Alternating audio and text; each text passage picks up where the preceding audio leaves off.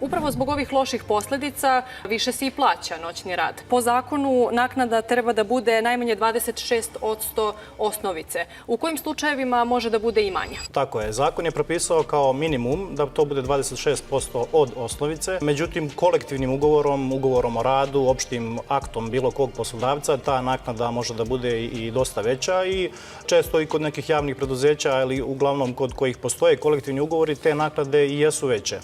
Međutim, tu postoji jedan drugi problem. Zakon kaže da je poslodavac dužan da isplati 26% uvećanje, osim ako je noćni rad vrednovan prilikom utvrđivanja osnovne zarade.